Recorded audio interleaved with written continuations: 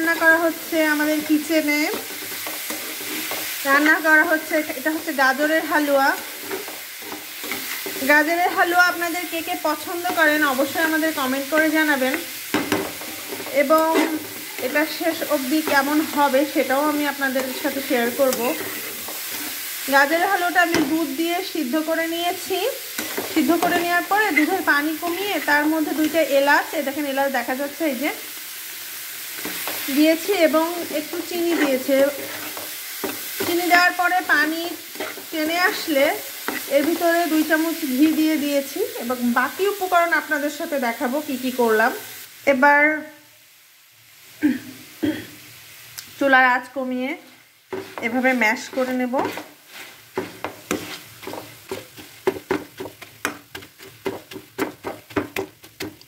Mash করার এক পর্যায়ে এরকম হয়ে যাবে, আপনারা দেখতেই পাচ্ছেন।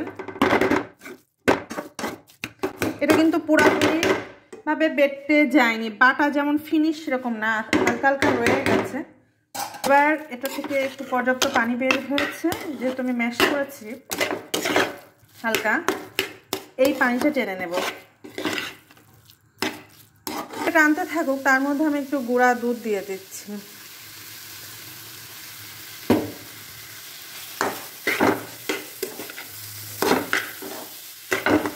গুঁড়া দুধ দেওয়ার পরে আপনাকে কিন্তু অনবরত নাড়তে হবে, কোনো ক্রমেই যাতে করে দুধ লেগে না যায়।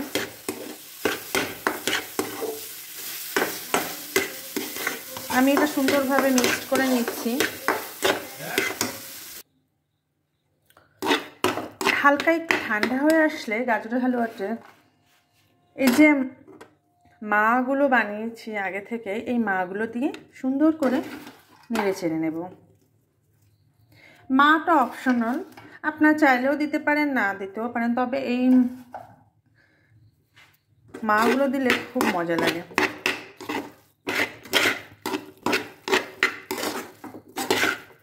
একেবারে দোকানের মতো পারফেক্ট গাজরের হালুয়া আপনি পাবেন যদি এরকম মাওয়া দেন।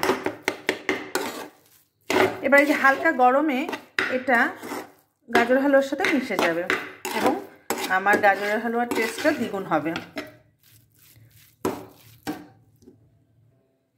এবার হাতে একটু ঘি লাগিয়ে নিচ্ছি, যাতে করে মাওয়াটা এবং আমার গাজরের হালুয়া হাতে না লাগে।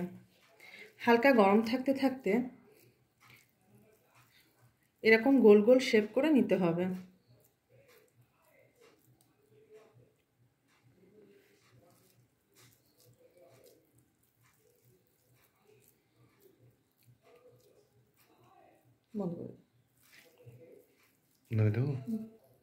দেখেন ভিউয়ার্স, আমার গাজরের হালুয়া রেডি। আমি উপরে একটু মাওয়া ছড়িয়ে দিয়েছি জাস্ট ডেকোরেশনের জন্য। আজকের মতো টাটা। এখন নিয়ে যাচ্ছি নাভার নাম।